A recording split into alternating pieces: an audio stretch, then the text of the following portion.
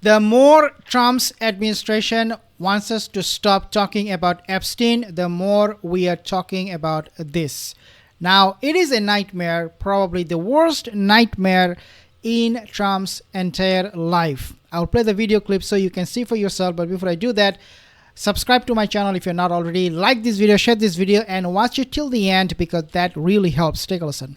Extreme interest. This is not going away here. No, it is not going away. If the Trump administration and Donald Trump in particular believe that they can wish this story away, the American public have a different tune to sing. What are we talking about here? Well, let's take a look at Google searches for Epstein. In fact, in the month of February, it is higher than it's ever been. Up like a rocket, up 900% versus a month ago. And the top name associated with Googling for Epstein, well, it is Donald Trump. So the story isn't not going away. It's actually getting searched more and more and more, becoming more relevant in the minds of the American public. It's so interesting. This is, more than it was when Congress voted to force a release, and more than it was when they actually released some of them, more than it was when they released more of them. Now it's the most it's ever been. The most it has ever been. And the previous highs. Guys, this is the end of him. This is the end of this pedo sitting in Washington. So very high. All right, let's talk about what this means for President Trump.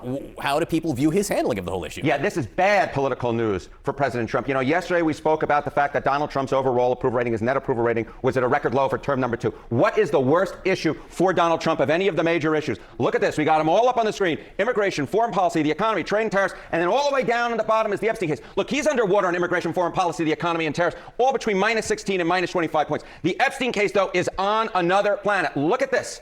Negative 39 points. He's 39 points underwater. Basically a split between 30% approve and 70% disapprove. The Epstein case is not the story the Trump administration and Trump in particular and Republicans at large want in the news because it is a big political loser for him. And these numbers have remained very consistent. No matter which poll you look at, he's about 40 points underwater in the Epstein case. By far his worst issue. And he's not actually good on the rest of mine. Yeah, from a political standpoint, ABE, anything but Epstein, really, for President Trump there. How about among Republicans? Okay, so if the Epstein case is something that absolutely is terrible in the minds of the center of the electorate, among independents, in fact, the number is closer to minus 50 on the net approval. If it's absolutely terrible among the center of the electorate, among Republicans, look at this. GOP who approve of Trump, immigration, the economy, foreign policy, trade, tariffs, all of them basically between 77 and 85. But look at the Epstein case. Just 55% of Republicans approve of Trump on the Epstein case. It is something that divides Republicans, and it's something that the overall electorate really doesn't like. I mean, they love him on almost everything else, but Epstein, not so much. Not so much. Well, guys, his handling of Epstein file is a complete disaster. He never wanted to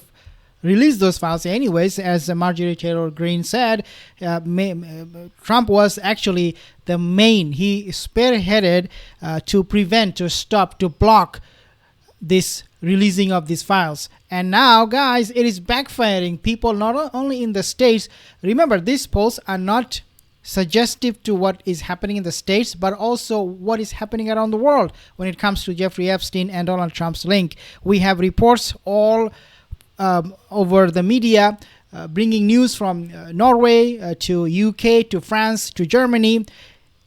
All of these countries and the people, they are very interested now, becoming even more interested to know what really happened, not only just what happened with their politician and Epstein, but also what happened between Trump and Epstein. So Trump and Epstein, like Trumpstein, that's what you can call it now, Trumpstein, because you cannot separate the two.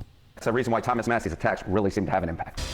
Former First Lady and Secretary of State Hillary Clinton is accusing the White House of a continuing cover-up. At issue is the handling of the release of the Epstein files. Here's what she told the BBC while speaking at the Munich Security Conference. I think everybody should testify who is asked to testify. I just want it to be fair.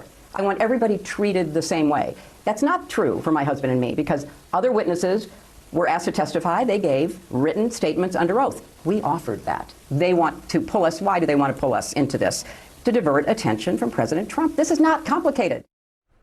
CNN's Annie Greer. I do find that very, very problematic, and I think it makes sense.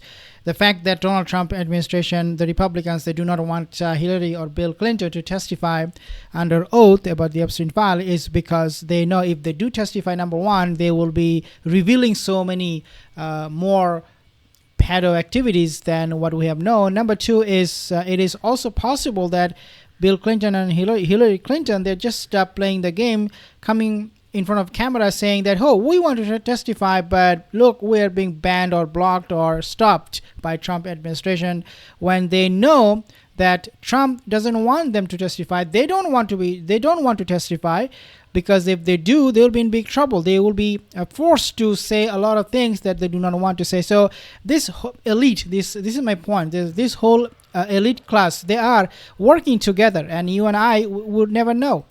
Joins us now with her latest reporting. So what else did Clinton have to say?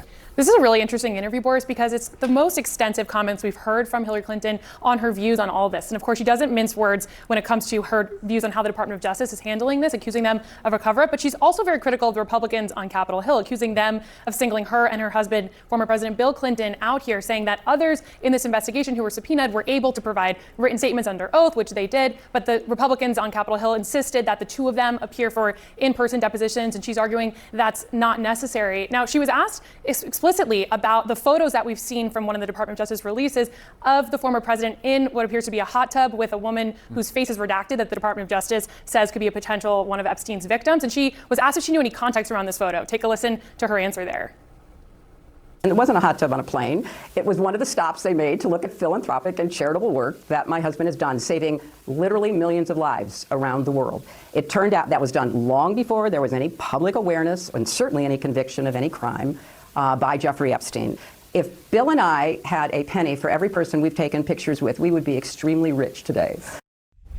Yeah, I find that statement to be not so sincere, and I find that highly, highly doubtful, because again, going back to what I just said, Trump might be preventing them getting exposed for the sake of his own interest.